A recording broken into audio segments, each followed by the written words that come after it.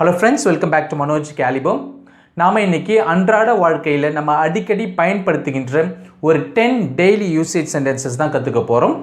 So நம்ம கற்றுக்க போகிற ஃபர்ஸ்ட் சென்டென்ஸ் என்னதுன்னா, ஒரு பொருள் மேலே இருக்கும்போது அதை நம்ம தொட முயற்சிக்கும் போது அல்லது எடுக்க முயற்சிக்கும் போது அது நமக்கு எட்டலை அப்படின்னு சொல்லுவோம் இல்லையா? அது எனக்கு எட்டலை அப்படின்றத இங்கிலீஷில் எப்படி சொல்கிறது? I can't reach it, I can't reach it அப்படின்னு சொல்லலாம். சப்போஸ் எனக்கு ஃபேன் எட்டலை அப்படின்றத இங்கிலீஷில் I can't reach the fan அப்படின்னு சொல்லலாம். எனக்கு சீலிங் எட்டலை, I can't reach the ceiling அப்படின்னு சொல்லலாம்.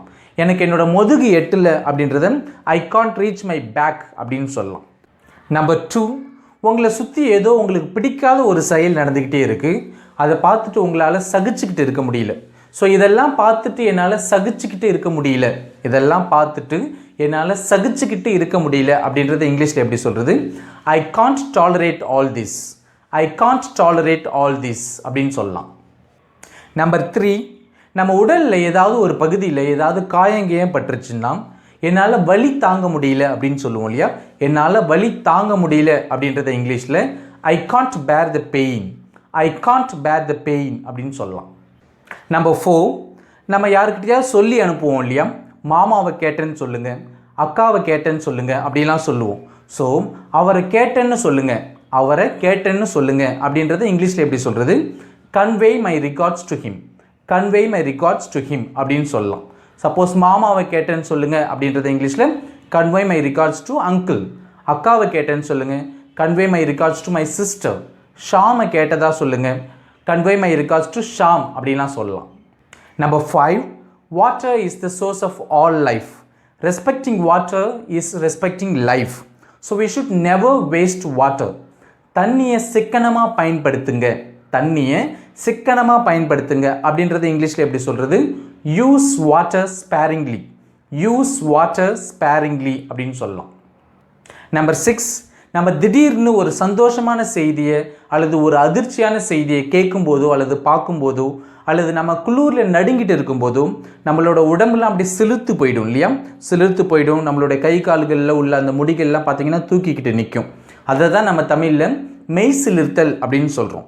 ஸோ இங்கே பாருங்கள், என்னோட உடம்புலாம் சிலுத்து போச்சு பாருங்கள் அப்படின்றது எப்படி இங்கிலீஷில் சொல்கிறது? இங்கே பாருங்கள், என்னோட உடம்புலாம் சிலுத்து போச்சு அப்படின்றது இங்கிலீஷில் look I got goose bumps, look I got goose bumps அப்படின்னு சொல்லலாம். நான் மெய் சிலிர்த்து போனேன் அப்படின்றத இங்கிலீஷில் I had goose bumps, I had goose bumps அப்படின்னு சொல்லலாம். நம்பர் 7, சிலர் பார்த்தீங்கன்னா எல்லா விஷயத்துலையும் தேவையில்லாமல் வந்து தலையிடுவாங்க. அவங்கள்ட்ட நம்ம சொல்லுவோம் இல்லையா? தேவையில்லாமல் எல்லா விஷயத்துலையும் உன் மூக்கு நுழைக்காத அப்படின்வோம். தேவையில்லாமல் எல்லா விஷயத்துலையும் உன் மூக்கு நுழைக்காத அப்படின்னு சொல்லுவோம். ஸோ அதை எப்படி இங்கிலீஷில் சொல்கிறது? Don't poke your nose into everything unnecessarily, don't poke your nose into everything unnecessarily அப்படின்னு சொல்லலாம். நம்பர் 8, ஒரு விஷயத்தில் ஏதோ ஒரு தப்பு நடக்கும், ஆனால் அது என்ன தப்புன்றது தான் நமக்கு புரிஞ்சிக்கவே முடியாது. ஸோ எப்படின்னா, இந்த குளத்துலலாம் மீனை பிடிக்க ட்ரை பண்ணும்போது அந்த மீன் நழுவிட்டு ஓடிடும், நம்ம கையில் அகப்படவே படாது. ஸோ அதே போல தான். ஸோ இங்கே ஏதோ சந்தேகப்படும்படியாக நடந்துக்கிட்டு இருக்குது அல்லது இங்கே ஏதோ சந்தேகப்படும்படியாக போய்கிட்டு இருக்குது அப்படின்றத எப்படி இங்கிலீஷில் சொல்கிறது? There is something fishy going on here, there is something fishy going on here அப்படின்னு சொல்லலாம். லாஸ்ட் பட் ஒன், அவள் அசம்பிளி சமயத்தில் மயக்கம் போட்டு கீழே விழுந்துட்டா. அவள் அசம்பிளி சமயத்தில் மயக்கம் போட்டு கீழே விழுந்துட்டா அப்படின்றது இங்கிலீஷில் எப்படி சொல்கிறது? She fainted during the assembly, she fainted during the assembly அப்படின்னு சொல்லலாம். எனக்கு ரத்தத்தை பார்த்தாவே மயக்கம் போட்டுருவேன், எனக்கு ரத்தத்தை பார்த்தாவே மயக்கம் போட்டுருவேன் அப்படின்றது எப்படி இங்கிலீஷில் சொல்கிறது? I faint at the sight of blood, I faint at the sight of blood அப்படின்னு சொல்லலாம். த லாஸ்ட் ஒன், உள்ளே வர்றதுக்கு முன்னாடி கதவை தட்டிட்டு வாங்க, உள்ளே வர்றதுக்கு முன்னாடி கதவை தட்டிட்டு வாங்க அப்படின்றத இங்கிலீஷில் knock before you come in, knock before you come in அப்படின்னு சொல்லலாம். இந்த வீடியோ விட்டு வெளியில் போகிறதுக்கு முன்னாடி அங்கே இருக்கிற சப்ஸ்கிரைப் பட்டனையும் பெல் ஐக்கனையும் தட்டிட்டு போங்க. தேங்க்யூ.